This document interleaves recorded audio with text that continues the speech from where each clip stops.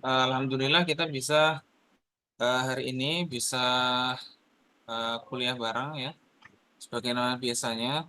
Namun memang karena ada kesibukan-kesibukan yang lain dan anak-anak juga sendirian di rumah, ada istri saya ada apa namanya kegiatan di luar kampus, maka saya jadi agak terlambat yang urus teman-teman ini. Tapi nggak masalah, ini kita tetap jalan dan juga apa ya istilahnya itu tetap kita sebagaimana biasanya, insya Allah kita jalan dengan kuliah yang sebagaimana mestinya. Oh iya, teman-teman ini kayaknya sudah pada membuat tugas ya. Nah, coba nih saya mau nanya nih teman-teman yang apa namanya sudah membuat tugas, bisa menyampaikan nih, ada nggak yang sudah mengumpulkan tugas tentang epistemologi? Tapi saya cari di Google Drive, kayaknya belum ada ya. Atau kayaknya antum perlu bikin grup dulu lah ya, bikin grup dulu ya. Hari ini kita akan melakukan highlight ya. Saya akan meng-highlight tentang buku yang antum wajib punya minggu depan ya. Silakan minggu ini antum beli ya. Kita akan mulai ngaji buku ini ya, dari awal sampai saya meng-highlight dulu dari awal sampai terakhir. Sebenarnya buku ini isinya apa dan membicarakan apa saja ya. Kalau dari judul, hmm, ini judulnya kita epistemologi Islam ya, prinsip-prinsip dasar ilmu pengetahuan dalam Islam. Oh ya, ini sebelumnya saya mau absen dulu aja lah. Apakah teman-teman sudah bersama kita ya?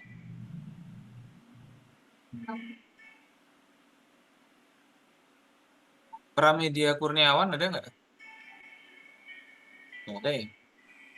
Atau salah ambil KRS nih? Fahmi Mansuri tadi izin karena magang. Hadir set, hadir set. Oh ada ya? Oh ya sudah kalau ada. Tapi sepertinya nggak bisa on saat ini Oh sedang ya di nggak apa. meeting. Ade Rizky? Ade Rizky ada nih. Hadir. Ade Rizky lagi magang atau lagi apa nih? Atau kameranya rusak nih? Enggak Ustaz, lagi di kamar Ustaz. Oh lagi di kamar.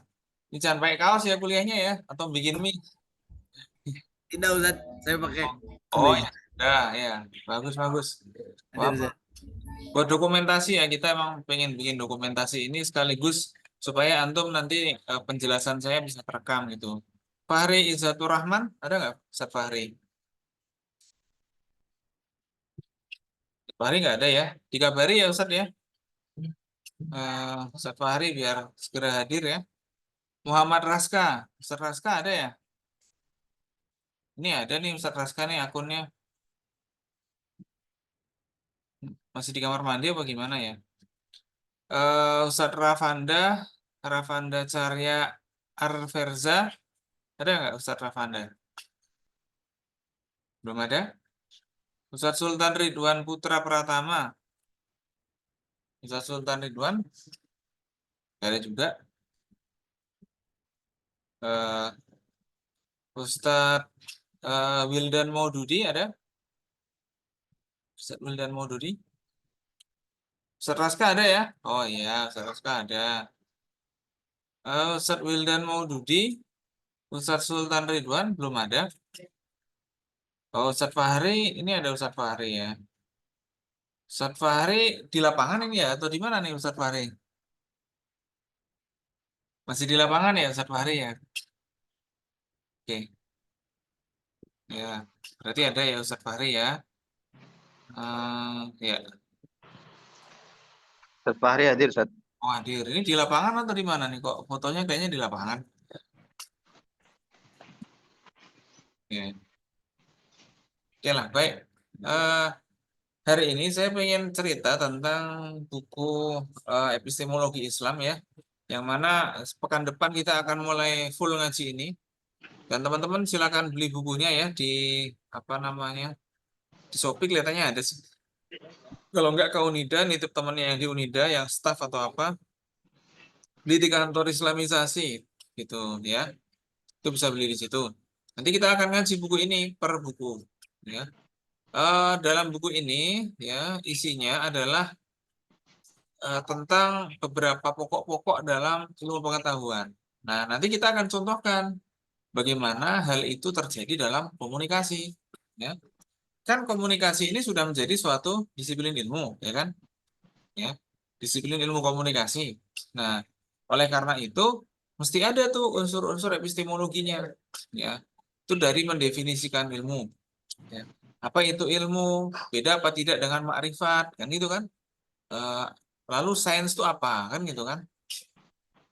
Lalu ada perbedaan ilmu dan makrifat, lalu ada ilmu dan ada hikmah juga, ya. Jadi banyak hal yang tentang itu.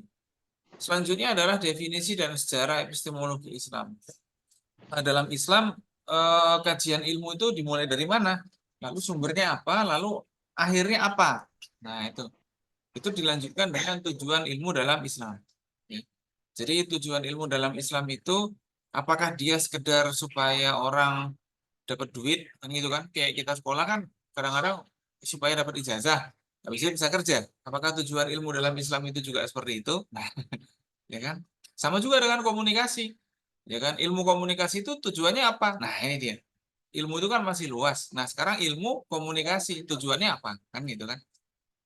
Nah, kalau ilmu komunikasi itu nggak ada tujuannya, berarti itu sesuatu yang eh, apa ya istilahnya bukan sia-sia ya, bukan hanya sia-sia, tapi sesuatu yang buat apa kita pelajari kan gitu. Apakah ilmu komunikasi itu hanya untuk mencari kerja? Kan itu kan? Apakah ilmu komunikasi itu mungkin bisa digunakan untuk mendamaikan antara orang yang bertengkar? Nah, itu tuh kita bicara soal itu nanti juga, ya. Nah, selain itu secara mendasar ilmu pengetahuan itu bisa mencerdaskan akal, ya kan? Dan melembutkan perasaan, lalu juga memupuk talenta, ya kan? Jadi ilmu itu melembutkan perasaan. Contohnya kita di Gontor belajar bagaimana akhlak kepada guru.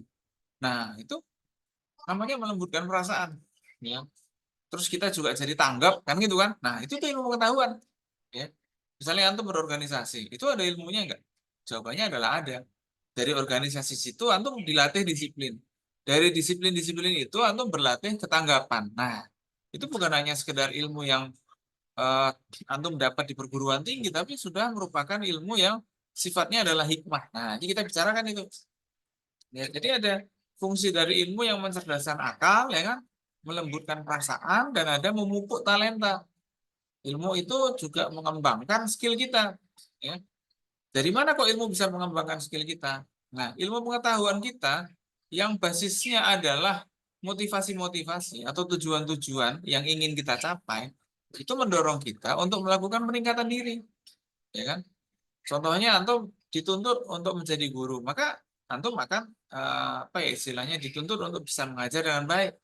Seperti itu contohnya. Ya.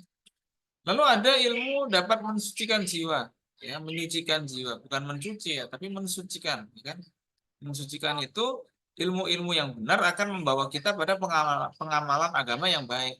Contohnya kita sudah belajar di pondok, belajar fikih, usul fikih itu kita jadi dapat beribadah dengan baik.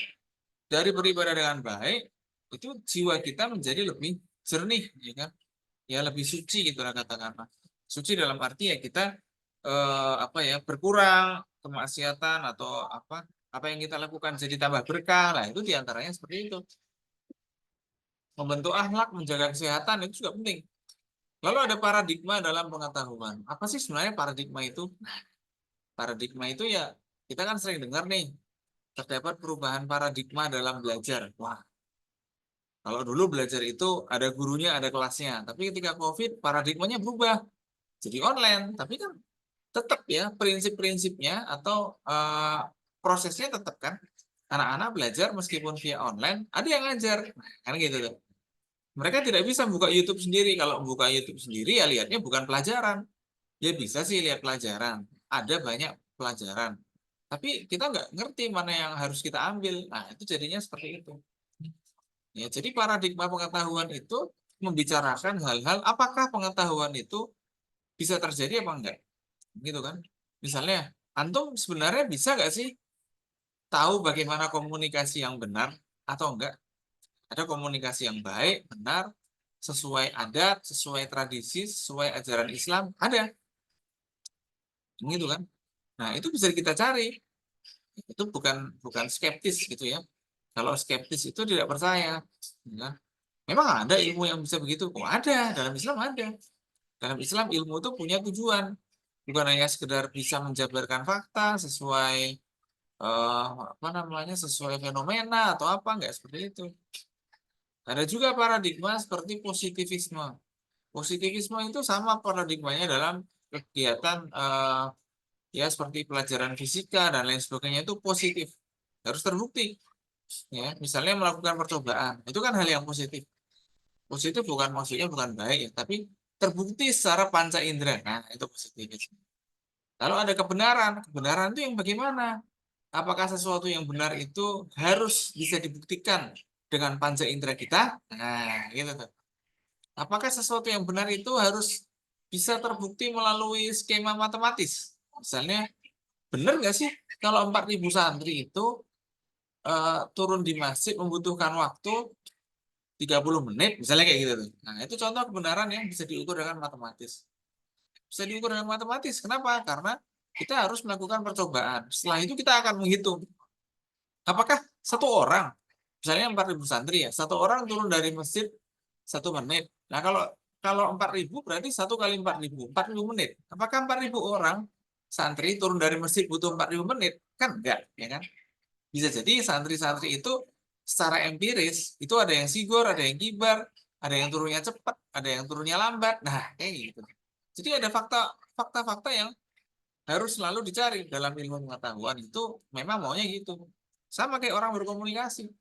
Misalnya antum berkomunikasi, antum misalnya butuh izin ke anggota antum butuh izin ke KMI.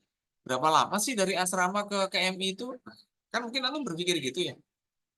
Kok lama banget nih izin ke KMI sampai sampai setengah jam kok nggak kelar-kelar misalnya gitu. Padahal asramanya Saudi lantai 2 misalnya gitu. KMI-nya kan di bawah.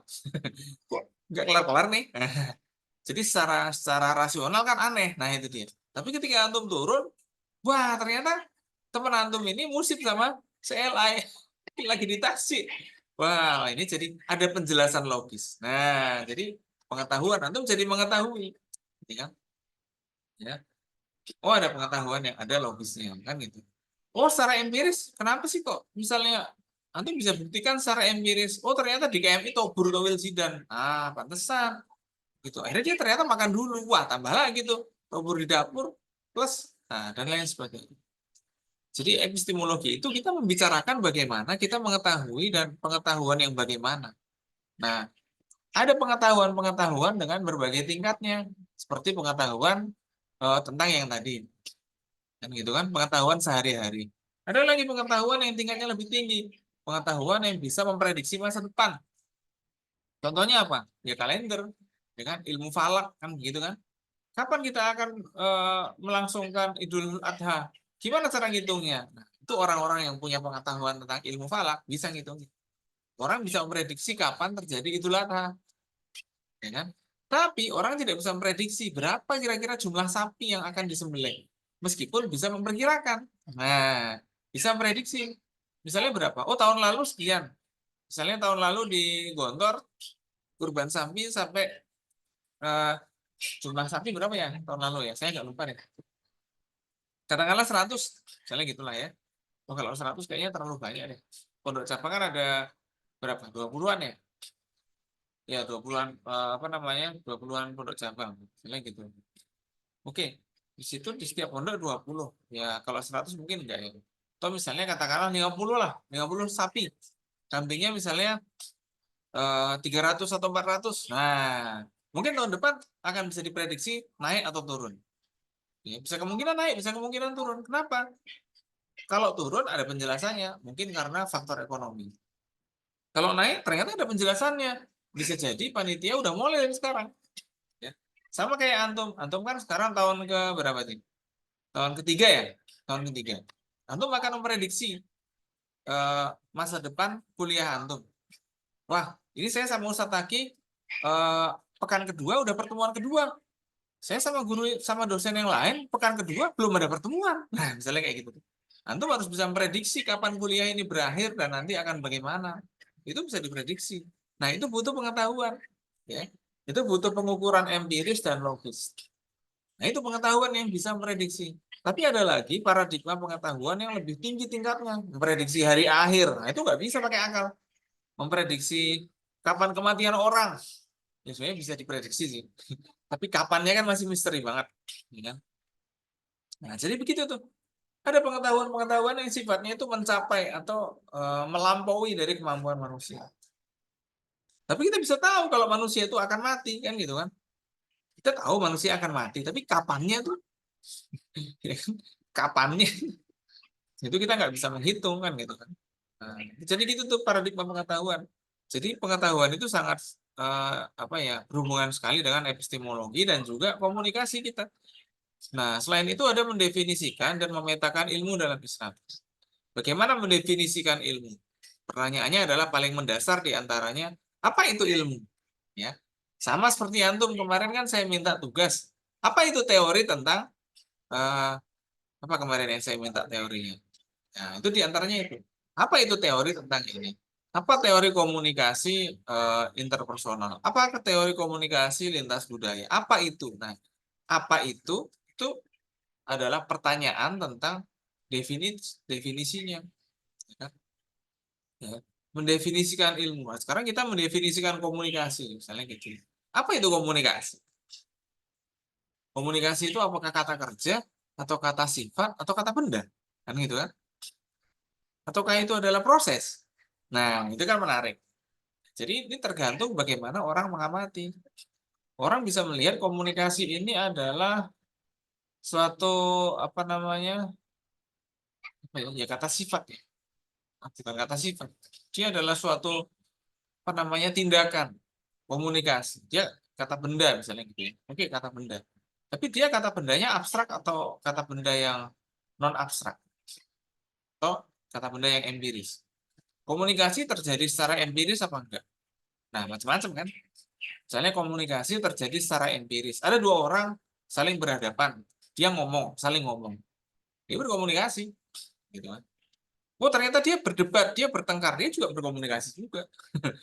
Ada dua orang saling diam, ya kan? Dia berkomunikasi nggak kira-kira? Kalau orang bilang enggak, belum tentu.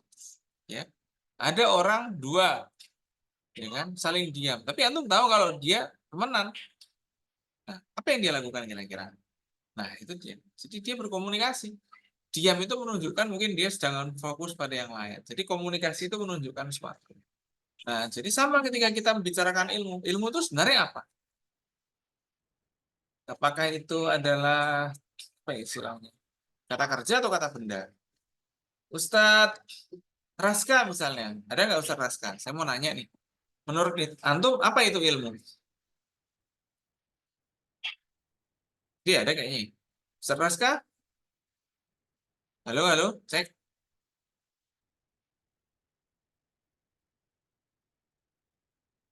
Ustadz Raska, apa itu ilmu? Oke, nggak ada. Ustadz Ade, apa itu ilmu? Menurut antum apa itu ilmu? Hadir Ada Ustaz. Ustaz. Oh, Ade. Eh, ilmu sesuatu yang sebelumnya kita tidak tahu, lalu kita mempelajarinya, lalu kita menjadi tahu. Seperti Oh, itu. sebelumnya kita nggak tahu, lalu jadi tahu. Nah, Ustaz. Oh, oke, oke. Sebelumnya kita nggak tahu, terus jadi tahu. Itu berarti ilmu. Ya, Karena Ustaz, itu tahu gitu aja. Gimana Ustadz Fahmi?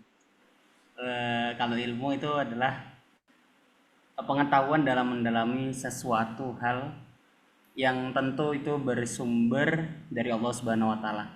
Kalau Ustadz Adi Hidayat itu juga mengkiaskan orang semakin dia paham akan ilmu dan makna dan memaknai sebagaimana definisi dari epistemologi Islam, maka dia akan semakin mengenal Allah. Sebagaimana man arafa Allah azalat tuhmata wa qala qulu fi bil hikmah. Jadi segala apa yang kita ketahui tentang ilmu itu kalau kita berkah, kita akan semakin benar-benar memaknai dari setiap pengetahuannya bahwa ini semua dari Allah.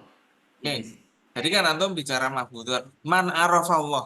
Kenapa arafa? Bukan aliman. Ayo. Man arafa Allah. Kan tadi di sini kita bicara ilmu ma'rifah, ya kan? Beda nggak? Ah, Kenapa nggak man alim Allah?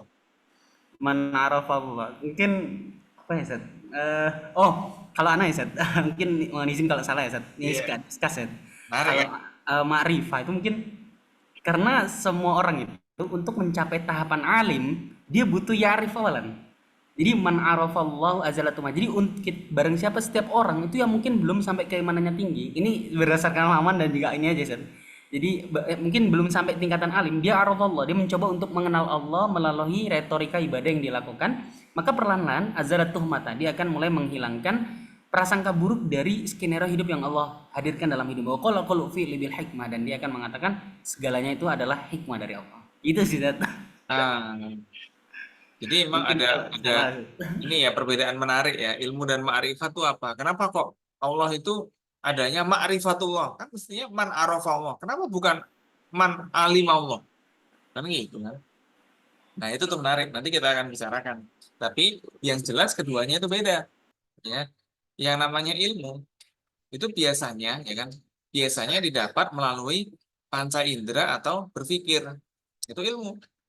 Tapi ada juga bagian dari ilmu yang didapat melalui pemberian dari Allah. Nah, ini dia. Ya kan? Orang itu tahu Allah karena diberitahu oleh Allah atau dia nyari sendiri. Sebenarnya adalah karena ya Allah yang ngasih tahu sendiri. Jadi bukan dia nyari sendiri. Dia nyari betul, ya kan? Dia melakukan mujahadah. Dia melakukan apa istilahnya itu? Yo, ya apa namanya? Tadabur, ya kan? Menggunakan akal, panca indera, lalu memikirkan lagi, dipikirkan lagi, kenapa begini, kenapa begitu. Berarti ada sesuatu yang menyebabkan. Sesuatu itu apa? Nah, gitu. Akhir dari sesuatu itu apa? Terus kita mau kemana? Nah, dari situ kepikiran, oh, mesti harus ada Allah itu. Ya kan? Allah harus ada. Minimal Allah itu nggak mungkin Allah itu seperti Tuhan-Tuhan yang disembah manusia dibuat dari berhala itu nggak mungkin. Nah, itu seperti itu. Jadi itu kita bicara tentang mendefinisikan ilmu. Kayaknya antum dulu mungkin pernah belajar usul fikih ya. Ustaz Raska tadi ada kayaknya pernah belajar usul fikih nggak?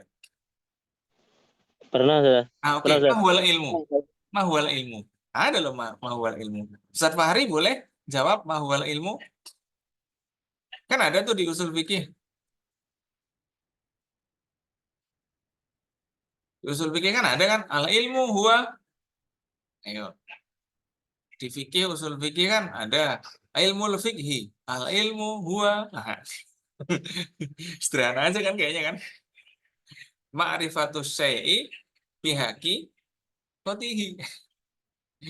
Ternyata ilmu itu juga ma'rifat ternyata. Mengetahui sesuatu dengan hakikatnya. Itu al ilmu, ya kan? Nah, ma'rifatus syai'i bihaqi qatihi. Nah, itu dia al ilmu. Lalu ilmu menurut para ulama ada memetakan ilmu. Ilmu itu dibagi menjadi berapa? Ini menarik juga nanti kita bicarakan. Sama kayak komunikasi. Komunikasi ini dibagi apa enggak? Dibagi. Komunikasi verbal misalnya, non verbal ya kan? Komunikasi visual ya kan? Komunikasi belum teorinya, teori komunikasi dialogis, interpersonal dan lain sebagainya banyak sekali. Jadi ada pembagian. Pertanyaannya pembagian itu basisnya apa? Kenapa dibagi begitu kan gitu. Nah, jadi kita mulai nih bicarakan lagi pembagian-pembagian dalam ilmu. Kalau soal pembagian ini antum dulu pernah belajar mantik kan? Ada jinsun ali, ada jinsun safil, ada apa lagi? Ada nau. Mesti antum pernah hafal itu, cuman nggak tahu fungsinya buat apa. Nah, itu kita bicarakan di sini, kan? Ada nau, ada apa lagi tuh? Ada jins, ya kan? Nah, itu tuh. Nah, kita bicarakannya nanti seperti itu, sama kayak komunikasi. Kenapa kok disebut komunikasi verbal atau non verbal? Kan gitu kan? Ya. Baru nanti kita bicara setelah itu objek ilmu. Objek ilmu itu adalah sesuatu yang bisa diilmui, objek ilmu. Apa saja sih apa saja sih yang bisa dibahas dengan ilmu itu? Nah, gitu. Objek ilmu itu apa? Nah, kan gitu.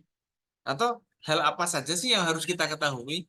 Atau hal apa saja sih yang bisa apa ya diketahui kan gitu kan? Ada prinsip ontologi, prinsip kosmologi, ruang objek ilmu. Nah, ada metafisik atau fisik. Nah, jadi ada yang fisik, nah itu kan jelas bisa diketahui. Kalau metafisik atau dibalik fisik, gitu kan? Bisa diketahui nggak kira-kira itu? Nah, contohnya apa yang metafisik? Mimpi. Nah, mimpi kan metafisik. Kita kita pernah mimpi, tapi ya kan, tapi kita nggak bisa lihat mimpi orang kan gitu kan. Atau walaupun orang itu cerita tentang mimpinya, kita benar-benar nggak akan tahu karena kita nggak mengalami. Nah, itu dia. Nggak ada pengalaman. Jadi ilmu bisa didapat melalui pengalaman, kan gitu kan? Ilmu bisa didapat melalui panca indera. Antum nggak ngalami, tapi antum melihat orang mengalami. Nah, itu antum dengan akal antum, dengan perasaan antum bisa ikut mengalami. Kayak gitu. Ya. Nah, ada lagi hal-hal yang berupa metode ilmiah. Wah, ini ada Ustadz Pramedia ya. Hadir ya Ustadz Pramedia ya. Hadir Ustaz. Antum nggak salah ngambil mata kuliah kan? Atau emang ini mata kuliahnya? Sahih Ustaz. Oh ya oke, nggak apa. Ini di Robito Eh, kayaknya ya. Mohon Nggak maaf apa. Ustaz, tadi baru selesai kuliah Ustaz. Oh ya nggak apa-apa. Antum sampaikan aja. Kita bikin grup ya tolong ya. Kita bikin grup biar kalau izin di grup aja nggak apa-apa. Hadir Ustaz. Oke, syukuran. Metode ilmiah. Ada yang namanya metode ilmiah. Ya. Metode ilmiah itu contohnya bagaimana? Nah, contohnya bagaimana supaya kita tahu hukum, ya? Atau para ulama itu kan membuat fatwa biasanya kan, ya, fatwa. Fatwa ulama itu basisnya apa? Nah, itu adalah metode tekstual dan kontekstual, fikih dan usuli diantaranya gitu, ya. Disebut tekstual karena merujuk ke sebelum memfatwa, ulama itu merujuk ke apa namanya Al-Quran dan hadis. Ini contohnya ya, fatwa tentang media sosial. Nah, ini nih hukum dan pedoman bermuamalat. Fatwa Majelis Ulama Indonesia. Ini contohnya loh ya. Contoh bahwa epistemologi itu muncul dalam komunikasi bermuamalat melalui media sosial. Nah, menimbang ini biasanya adalah pengalaman yang dilihat. Kan gitu kan. Perkembangan teknologi memberikan kemudahan berkomunikasi dan memperoleh informasi. Ini fenomenanya. Ya. Nah, selain itu dapat mendatangkan maslahat, gitu kan. Dapat juga menjadi seringkali tidak disertai dengan tanggung jawab. Nah, kan gitu kan? Itu ada fakta atau ada fenomena atau antum juga mungkin mengalami itu. Nah, itulah namanya metode ilmiah itu. Ulama itu ketika menghukumi sesuatu melakukan kajian ilmiah dulu. Ini namanya kajian ilmiah. Ya kan? Kajian ilmiahnya bisa dilihat dari segi fakta dan fenomenanya. Ya kan? Ada yang baik, ada yang buruk, kan begitu tadi ya. Ya. Ada juga apa namanya? Bukan hanya di internet itu ada, tapi ada penggunanya juga. Jadi ada penggunaan kan gitu kan. Ada fakta perkembangan teknologi, ada fakta tentang kemudahan komunikasi, ada penggunaan media, tapi ada penggunanya juga yang jadi masalah. Kan gitu kan. Ya. Ada juga pihak yang menjadikan konten berisi hoax. Ada bukan hanya pengguna tapi apa namanya pembuat konten yang melakukan itu tadi. Ya kan? Nah, dari situ Komisi Fatwa memandang perlu ditetapkan. Coba kita lihat metode usul fikih usuli ada tekstual dan kontekstual. Kontekstual itu ya kan sesuatu yang terjadi secara konteks ya. Konteks itu adalah dalam fokus tertentu. Itu namanya konteks. Tekstual berarti bicara tentang teks. Nah, makanya sebelum memfatwa para ulama itu selalu mengutip teks dulu. Ya kan? Teks. Kenapa teks ya? Karena kita orang muslim. Sumber epistemologi kita bukan hanya apa namanya? Panca indera dan juga pikiran, ya kan? Bukan hanya pikiran atau kesepakatan orang, tapi kita juga merujuk ke Al-Qur'an. Makanya sumber epistemologinya dicantumkan. Ini dalam Al-Qur'an begini, ya kan? Di situ dalam hadis ada dalam hadis mesti ngutip itu. Fatwa itu selalu mengutip itu, ya kan? Nah, ini fatwa.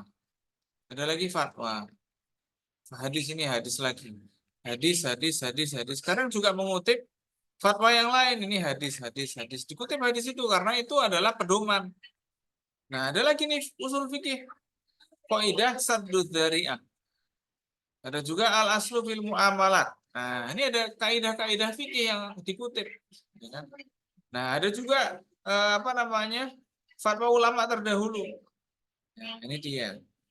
Yaitu dari tafsir-tafsir dan lain sebagainya. Itulah namanya ulama itu menghukumi media sosial. Nah, ini dasar-dasarnya menimbang ini baru menetapkan fatwa.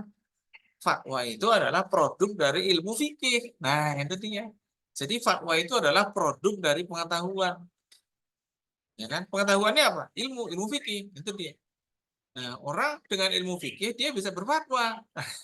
Bukan hanya dia bisa berfatwa, dia wajib berfatwa ketika ada sesuatu. Nah, ada sesuatu yang menyenangkan masyarakat atau meresahkan masyarakat, ulama harus berfatwa.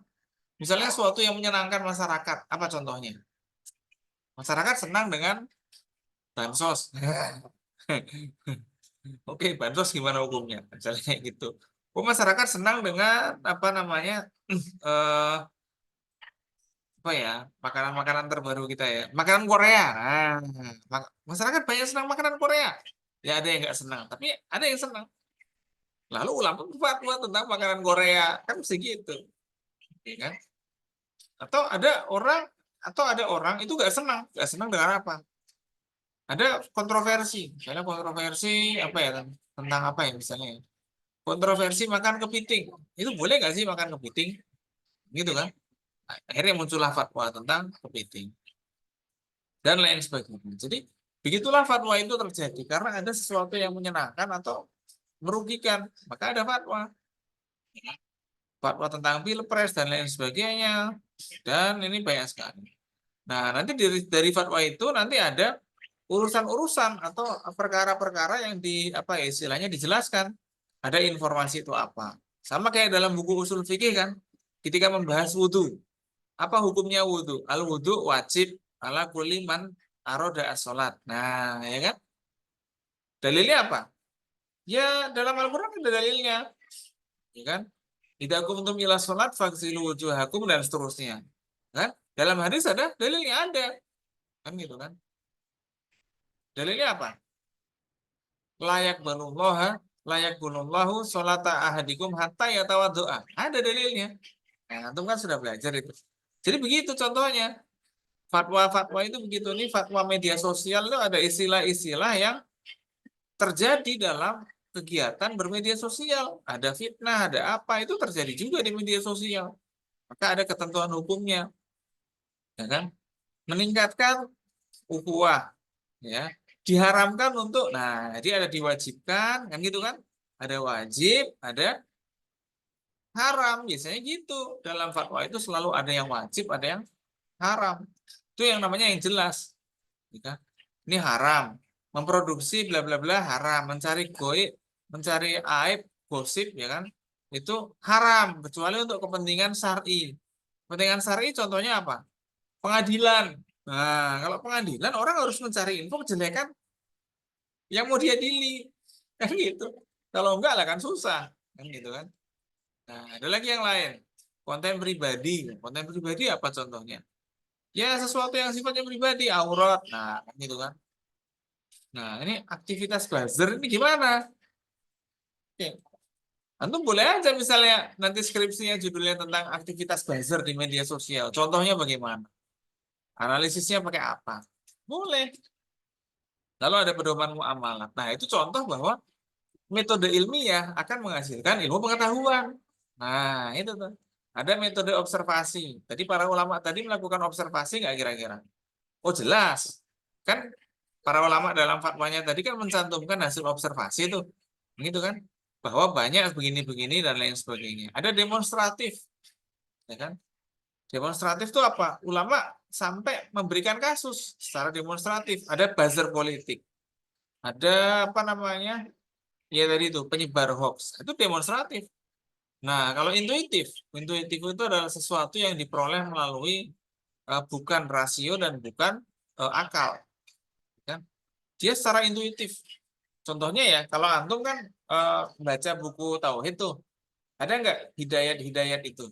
Ada Anwaul Hidayat kan? Terus siapa yang mengajar tauhid di sini? Ustadz Fahri ngajar tauhid nggak? Ini on cam nggak apa-apa ya, kecuali Tahu Ustaz. nilai. Nggak ngajar Ustaz. Nggak ngajar. Ada nggak? Pernah ingat nggak dalam tauhid kelas 2 itu ada hidayat-hidayat? Lupa Ustaz. Oh lupa. Kan ada hidayatul hidayatul akli, hidayatul wijdan, ya kan? Ada hidayatul din, ya Pak nggak? Hidayatul hawas, ya kan nggak itu? Nah, itu tuh. Intuitif itu adalah sesuatu yang sifatnya wijdan, ya kan? Ada tingkatannya, memang ada tingkatannya, ada intuisi biasa, ya kan?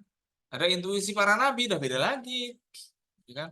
Kalau yang basisnya wijdan kayak kita, ya secara intuitif seperti kalau kita lapar, perutnya kosong kan lapar, ya udah itu secara intuitif nanti kita akan pengen nyari makan lah, itu intuitif. Jadi ada sesuatu yang bentuknya insting atau intuitif itu tadi, ya. Nah, ada lagi prinsip-prinsip dalam epistemologi. Sebenarnya kita mengetahui itu bisa apa enggak sih? Nah, kayak gitu tuh, ya. Mengetahui itu bagaimana ya? Kita mengetahui hal-hal yang misalnya Tuhan, hari akhir itu bisa nggak kita ketahui? Ustadz Ade misalnya, bisa nggak sih kita mengetahui tentang Allah itu? Gimana Ustaz? Kita bisa mengetahui Allah nggak kira-kira? Eh bisa Ustaz. Bisanya gimana? Cara untuk mungkin dengan mempelajari tentang keilahian atau keagamaan eh, dan juga mempelajari yang ada dalam Al-Quran Ustaz. Ya, kita tahu bagaimana Allah itu. Maksudnya bagaimana itu sifatnya, ya kan? Allah itu punya sifat nggak kira-kira? Punya Ustaz. Loh, kenapa kok punya? Eh,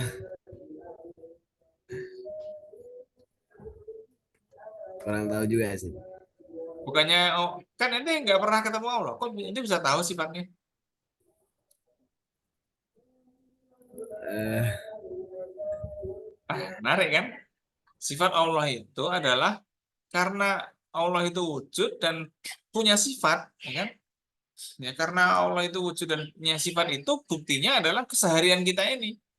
Kalau ada sesuatu yang indah, maka selalu ada yang lebih indah. Maka di antara itu mesti ada yang paling indah, ya, yaitu Allah Subhanahu wa taala. Misalnya gitu. Kalau ada ya orang pintar, kan ada yang lebih pintar, ya kan? Berarti ada juga yang apa namanya? Maha pintar atau maha tahu. Nah, itu mesti Allah.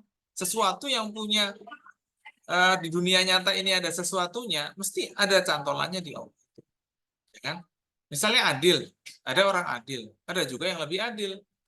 Maka Allah maha adil. Nah, itu apa namanya? Sesuatu itu muncul memang seperti itu, ya. Ya, jadi banyak hal yang memang kita itu apa namanya? Bicarakan itu. Saya tunggu sebentar ya ini ya. Ya, jadi kita mengetahui secara proporsional, ya kan? Oh, kalau Tuhan itu kita mengetahuinya ya bukan pakai akal, kan gitu kan? Ya pakai akal bisa, tapi utamanya adalah pakai wahyu, ya kan?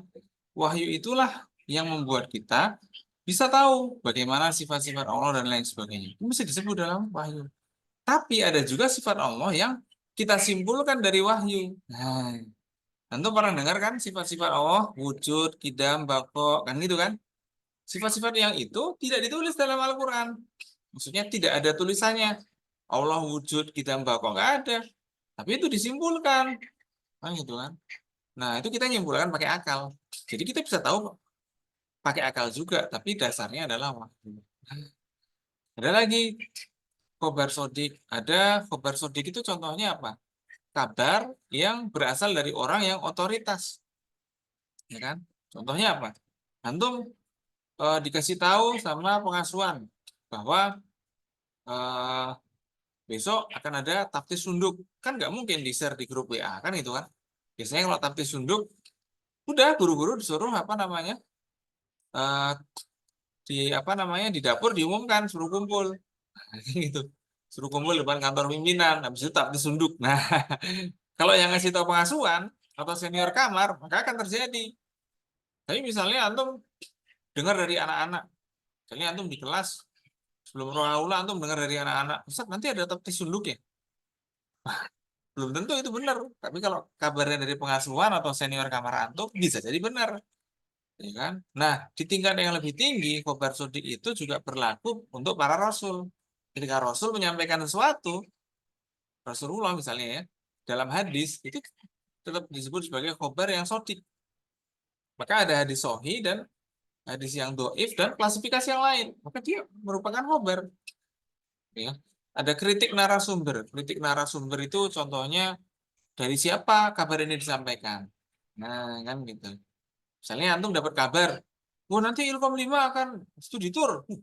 Dapat kabar dari siapa? Karena dapat kabar dari orang ini, orang PM. Lah, orang PM kayak gitu. Kalau dapat kabar dari Kaprodi, nah itu bisa jadi, ya kan? Narasumbernya valid, misalnya gitu ya. Ada klasifikasi berdasarkan isi. Ya, contohnya hadis, ada kabar isinya begini, ada hadis isinya begini, ada iklan isinya begini. Ini valid enggak? Nah, gitu. Selain itu, kita baru masuk ke wahyu sebagai sumber ilmu. Kalau wahyu sebagai sumber ilmu udah cukup jelas ya. Lalu ada minal konsep akal dalam Al-Quran. Maksudnya apa? Jadi akal itu disebut dalam Al-Quran. Bagaimana hakikatnya, kedudukannya, akal dengan ilmu ini hubungannya apa? Kan dari kata aklun, akola. Apa artinya akola? Mengikat. Nah, jadi ilmu itu juga mengikat. Maka akal ini bisa mengikat ilmu dengan cara mengingatnya, kan gitu kan? Ada panca indera dalam epistemologi Islam. Kalau yang ini saya tulis ya, jadi antum bisa apa namanya download gratis, ya kan? Kalau ini sebenarnya dari tulisan saya, jadi antum bisa download gratis ya. Kalau panca indera dalam epistemologi Islam itu ada, ya. Nanti antum bisa cari online, itu ada, itu bisa dibaca sendiri. Lalu intuisi itu apa, ya kan? Kalau panca indera ya nanti bisa kita baca contohnya ya. Ini kita cek dulu lah. Nah, ini panca indera contohnya ya.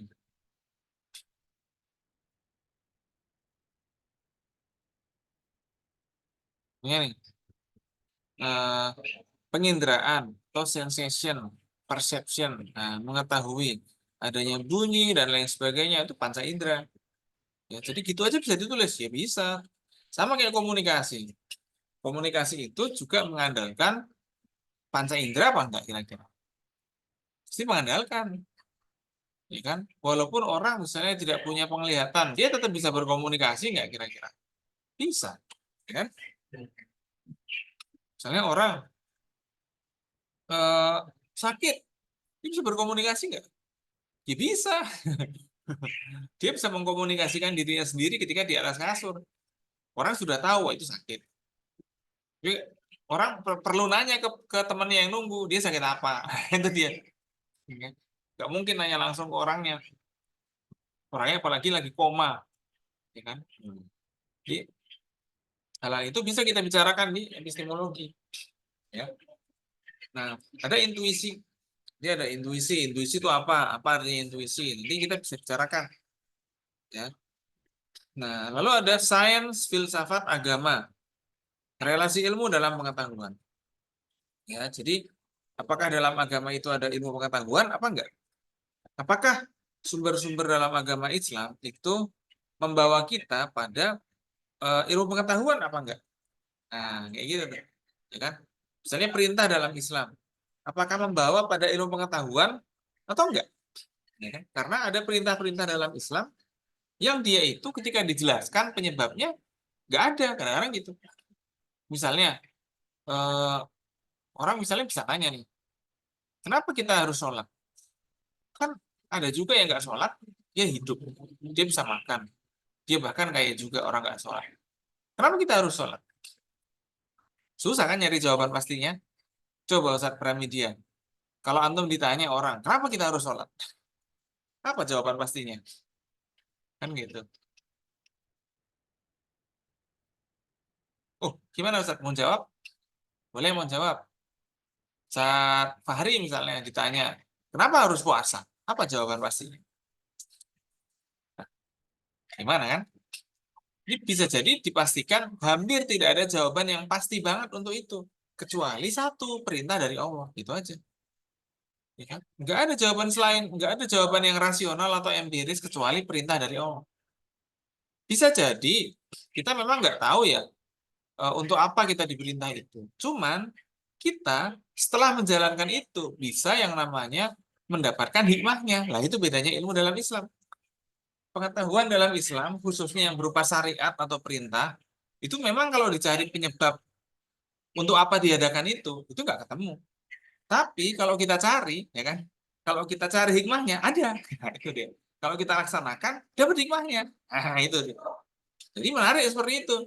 Jadi bukan, makanya dalam Islam itu sesuatu seperti syariat, kenapa kok kita apa ya katakanlah sering dilarang untuk dipertanyakan? Kenapa? Karena ketika dilaksanakan, karena sesuatu itu emang nggak rasional dan juga nggak empiris. Kalau sudah dilaksanakan, baru ada hikmahnya, ya kan?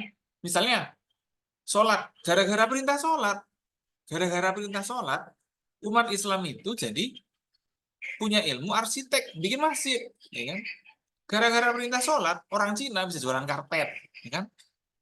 Ya mungkin kita belum bisa bikin karpet, tapi seandainya antum, ya kan, orang Muslim, bisnis apa yang paling bagus sih? Mungkin antum bisnisnya karpet. Kenapa? Karena masjid butuh karpet, kan gitu kan? Di antaranya gitu. Ya, bisnis alat bangunan, mesti juga bisa bisnis alat bangunan laku. Kenapa? Karena butuh karpet, butuh bahan bangunan tuh bangun masjid. Nah, di antaranya gitu. Oh, butuh apa lagi? Nah, itu materialnya. Kalau manusianya, oh butuh apa lagi? Butuh imam yang suaranya bagus. Wah, kalau gitu berarti kita butuh bikin sekolah tahfidz. Wah, itu tuh diantaranya. Jadi ada sesuatu yang sifatnya adalah hikmatis ketika itu dijalankan. Jadi itulah namanya syariat dalam Islam itu. Jadi itu yang saya tadi bilang bahwa apakah dalam agama ini ada mendorong kepada sesuatu yang ilmiah? Jawabannya adalah iya. Nanti kita bicarakan pertemuan selanjutnya. Nah, tradisi ilmiah dalam Islam itu bagaimana bentuknya? Apakah Islam itu dari awal sudah mengenal ilmu pengetahuan? Ya belum. Mungkin ketika awal-awal orang Makkah itu dan awal-awal Islam, ulama Muslim bidang bidang matematika belum ada, gitu kan? Bidang fisika belum ada. Tapi orang-orang memakai pengetahuan yang sudah ada di masyarakat ketika itu. Sudah ada ya. Kayaknya segera saya akhiri aja ya. Ada relasi ilmu dan iman. Nah, tadi seperti yang dibicarakan Ustaz Fahmi tadi, ilmu itu bisa menambah iman, ya kan? Ada akhlak dan ilmu. Ada nggak hubungannya akhlak dengan ilmu? Maksudnya, apakah orang yang berilmu itu harus berakhlak, ataukah orang yang berakhlak itu bisa berilmu? Nah, itu pertanyaannya menarik. Nanti kita akan bicara. Baik, terakhir saya mau absen dulu ya yang belum ada. Ustaz Wildan ada nggak ini Ustaz Wildan? Berakhir dengan tidak ada ya. Oke lah. Minggu depan tolong semuanya. Iya, gimana? Seraska. Raska. Oh iya, Raska ada ya. Minggu depan tolong semuanya beli buku epistemologi. Kita akan minta antum baca satu-satu. Filenya cuma ada kata pengantar dan lain sebagainya. Kalau kontennya nggak ada. Ya.